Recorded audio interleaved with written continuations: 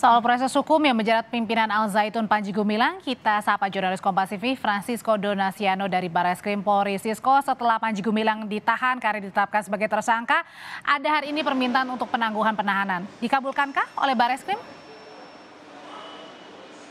Inilah yang masih kami nantikan, keterangan apakah penangguhan penahanan yang dilakukan oleh pihak kepolisian ini dikabulkan untuk bisa kemudian Panji Gumilang ini ditangguhkan penahanan ya, Audrey dan juga saudara. Nah, kalau kita lihat ataupun juga kita pantau, memang dari tim kuasa hukum tadi juga sempat datang ke Barreskrim Polri tadi, namun juga masih belum memberikan informasi apakah nanti penangguhan ini sudah diterima. Namun klaim dari tim kuasa hukum, Audrey dan juga saudara, bahwa surat ataupun juga permintaan secara tertulis penangguhan penahanan ini Audrey dan juga saudara ini telah diserahkan atau bahkan sampai kepada pimpinan Barreskrim Polri. Namun memang kalau kita melihat ataupun juga kita pantau kenapa kemudian Polri melakukan penahanan terhadap Panji Gumilang, sebenarnya ada beberapa alasan sebenarnya Audrey dan juga saudara, di mana sudah ditetapkan sebagai tersangka oleh pihak kepolisian pada tanggal 1 Agustus lalu dan langsung pada tanggal 2-nya tepat pada pukul 2 dini hari dilakukan penahanan.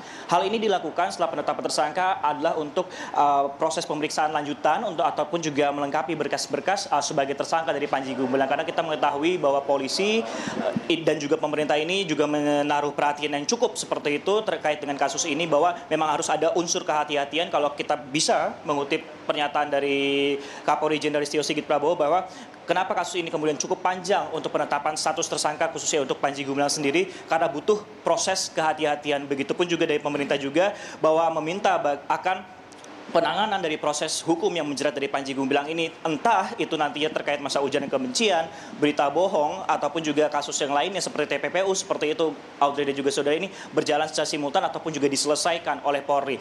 Nah, kemudian kalau kita lihat ataupun juga pantau Audrey dan juga saudara, sebenarnya ke Panji Gumilang sendiri sudah dilakukan 2 kali pemanggilan, namun karena alasan sakit kemudian Panji Gumilang ini tidak bisa hadir pada pemanggilan pertama. Padahal kalau kita lihat ataupun juga dipantau pada tanggal 1 Agustus lalu, Audrey dan juga saudara, ketika pemanggilan kedua Panji Gumilang kemudian dinyatakan sehat oleh pihak kepolisian seperti itu.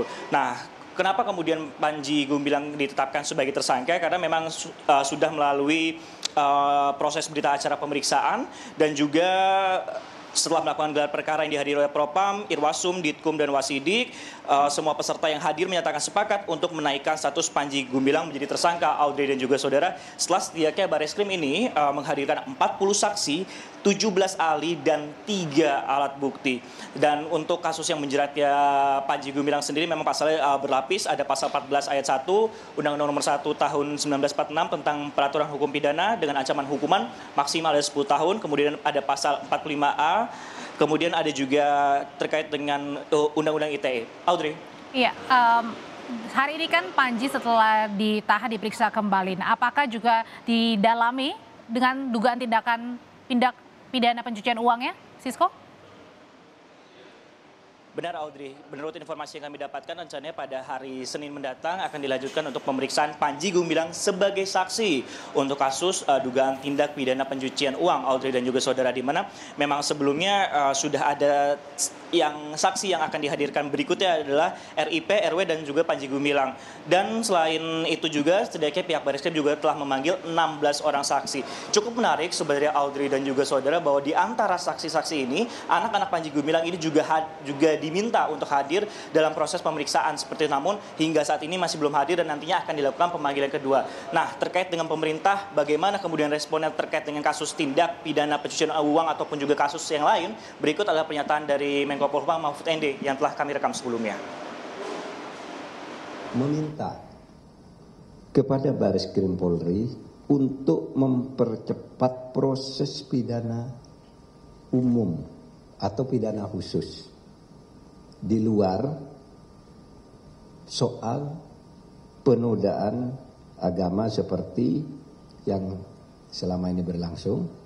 Yang perlu diperhatikan oleh Barreskrim Polri adalah laporan tindak pidana umum atau tindak pidana khusus. Nah, kasus ini bukan semata kasus penistaan agama seperti yang sekarang berlangsung, tetapi juga ada laporan-laporan lain yang bukti-bukti awalnya sudah diserahkan oleh PPATK dan oleh sumber lain.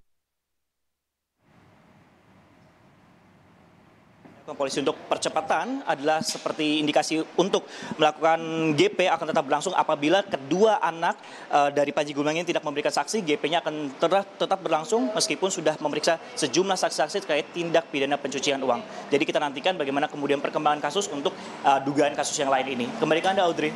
Jurnalis Kompas TV Francisco Donaciono, terima kasih informasinya.